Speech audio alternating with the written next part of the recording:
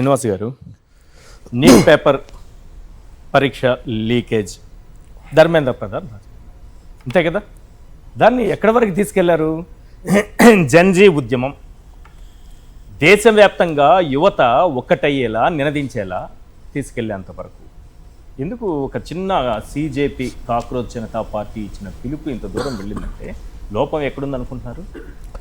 సరే, ఈశ్వర్ గారు మీరు చెప్పినా, పుల్లారావు గారు చెప్పినా, ఇందాక సోదరులు ఇంద్రనీల్ గారు చెప్పినా కూడా నీట్ అవకతవకలు జరిగినటువంటి వాస్తవాన్ని ఒప్పుకున్నటువంటి కేంద్ర ప్రభుత్వం దాని నివారణ చర్యలు, సరే జరిగింది పొరపాటే, దాన్ని ఒప్పుకొని దాని నివారణ ఏం చేద్దాము, భవిష్యత్తులో జరగకుండా కట్టుదిట్టమైనటువంటి చర్యలు ఏ దిశగా తీసుకుందాం అనేటువంటి ఒక సంకల్పంతో కొత్తగా ఉన్నటువంటి యాక్టును కొంత దాంట్లో అమెండ్మెంట్స్ తీసుకురావడము, కొత్తగా public examination prevention of unfair means అనేటువంటి 2024 యాక్ట్ను తీసుకురావడం, అందులో ఈ నీట్కు కావచ్చు లేకపోతే ఏదైనా పోటీ పరీక్షలకు సంబంధించినటువంటి ప్రశ్న పత్రాలను లీక్ చేసినటువంటి బాధ్యులను ఒక 10 సంవత్సరాల పాటు జైలు శిక్ష విధించడమే కాకుండా ₹1,00,00,000 జరిమానా విధించే దిశగా ఎంత అంటే కొంత ఒక స్ట్రింజెంట్ యాక్షన్ తీసుకోవాలనేటువంటి దిశగా కేంద్ర ప్రభుత్వం కొంత ప్రొయాక్టివ్గా ముందుకెళ్ళి చర్యలు తీసుకున్నటువంటి సందర్భంలో సరే వాళ్ళు కొంతమంది అక్కడ ఉన్నటువంటి కాక్రోచ్ జనతా పార్టీ చెప్పాల్సిన prevention is better than cure. అదే మనం లీకేజ్ జరిగిన తరువాత వాళ్ళ మీద ఏం యాక్షన్ తీసుకుంటాం, ఎంత కఠినమైన చర్యలు తీసుకుంటాం అన్నది కాకుండా లీకేజ్ జరగకుండా మనం ఏం చేస్తామని ఎందుకు చెప్పలేదు?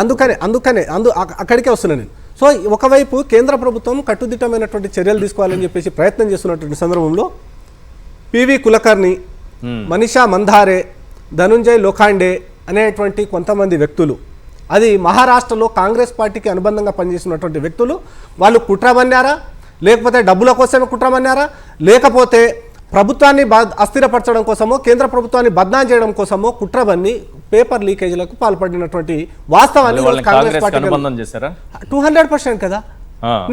నేను పేర్లతో సహా ఆరోపిస్తున్నాను, నేనే ఊరికి ఆరోపించిపోవట్లేదు. ఇక్కడ కాంగ్రెస్ ప్రభుత్వం అధికారంలో ఉంది.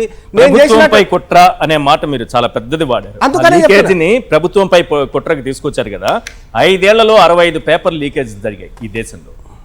గత 10 ఏళ్లలో తీసుకుంటే 152 పరీక్షా పత్రాలు, అవి ఎలాంటివైనా సరే, ఉద్యోగాలకు సంబంధించిందా, కాంపిటేటివ్ ఎగ్జామ్సా, 152 పరీక్షా పత్రాలు లీకేజ్ జరిగాయి. ఇవన్నీ కేంద్ర ప్రభుత్వాన్ని కూల్చడానికి జరిగాయా? అదే అంటున్నా, లోపాలు ఉన్నటువంటి మాటను కూడా నేను ముందే ఒప్పుకున్నాను. సేమ్ టైము కొంతమంది కుట్ర బన్నుతున్నారా, లేకపోతే డబ్బులకు ఆశపడుతున్నారా, లేకపోతే ప్రభుత్వాన్ని అస్థిరపరచడానికి ప్రయత్నం చేస్తున్నారా అనేటువంటి విషయాన్ని కూడా మనం ఇక్కడ గమనంలోకి తీసుకోవాల్సినటువంటి అవసరం ఉందనేటువంటిది చెప్తున్నా. మీరు అన్నట్టుగానే ఈ 10 సంవత్సరాలలో 152 ప్రశ్నపత్రాలు లీక్ అయినటువంటి ఆరోపణను గతంలో రాహుల్ గాంధీ గారు చేయడం, ఇప్పుడు మీలాంటి వాళ్ళు దాన్ని కొంత స్టడీ చేసిన తర్వాత మీలాంటి వాళ్ళు కూడా బయట పెడుతున్న సందర్భంలో 2004 నుండి 2014 వరకు యూపీఏ ప్రభుత్వం అధికారంలో ఉన్నటువంటి సందర్భంలో కూడా 72 సార్లు ప్రశ్నపత్రాలు, వివిధ ప్రశ్నపత్రాలు, నేనేం దీన్ని పోటీ పెట్టట్లేదు, కానీ ఈ రకమైనటువంటి ప్రశ్నపత్రాలు లీక్ అవుతున్నటువంటి సందర్భంలో చివరికి ఇది ఎంతవరకు పోయిందనంటే, ప్రియాంక గాంధీ గారు, మీరు అనుమతిస్తే ఒక వీడియో కూడా ప్లే చేస్తాను. ప్రియాంక గాంధీ గారు రాజస్థాన్ పబ్లిక్ సర్వీస్ కమిషన్కి సంబంధించినటువంటి ప్రశ్నపత్రం లీక్ అయినటువంటి సందర్భంగా గెహ్లోట్ గారిని వేదిక మీదనే కూర్చోబెట్టుకొని ఈ రకంగా ప్రశ్నపత్రాలు లీకేజ్ అవుతున్నాయి, దీన్ని అరికట్టవలసినటువంటి అవసరం ఎంతైనా ఉందని చెప్పేసి స్వయంగా ప్రియాంక గాంధీ గారే మాట్లాడడం ఒక ఎత్తు. రెండోది, అదే పార్టీ కాంగ్రెస్ పార్టీకి సంబంధించినటువంటి ఉప ముఖ్యమంత్రిగా ఉన్నటువంటి సచిన్ పైలట్ గారు అజ్మేర్ నుండి జైపూర్ వరకు పాదయాత్ర చేశారు సార్. ముఖ్యమంత్రి అశోక్ గెహ్లాట్ గారి మంత్రివర్గంలో మంత్రిగా ఉన్నటువంటి సచిన్ పైలట్ గారు అజ్మేర్ నుండి జైపూర్ వరకు పాదయాత్ర చేసేటువంటి పరిస్థితి వచ్చింది. అశోక్ గెహ్లాట్ గారు ముఖ్యమంత్రిగా ఉన్నటువంటి కొద్ది కాలంలోనే 18 ప్రశ్నపత్రాలు లీకేజ్ అయినటువంటి సందర్భాలను చూస్తూ ఉన్నాం. సో ఈ రకంగా కొన్ని లోపాలు వ్యవస్థలో ఉన్నాయి. అది కేంద్ర ప్రభుత్వం ఆధీనంలో నడిచేటువంటి ప్రవేశ పరీక్షలు. మీరు చెప్పిన దాంట్లో కాంగ్రెస్ పార్టీకి ఆన్సర్ చేశారు మీరు.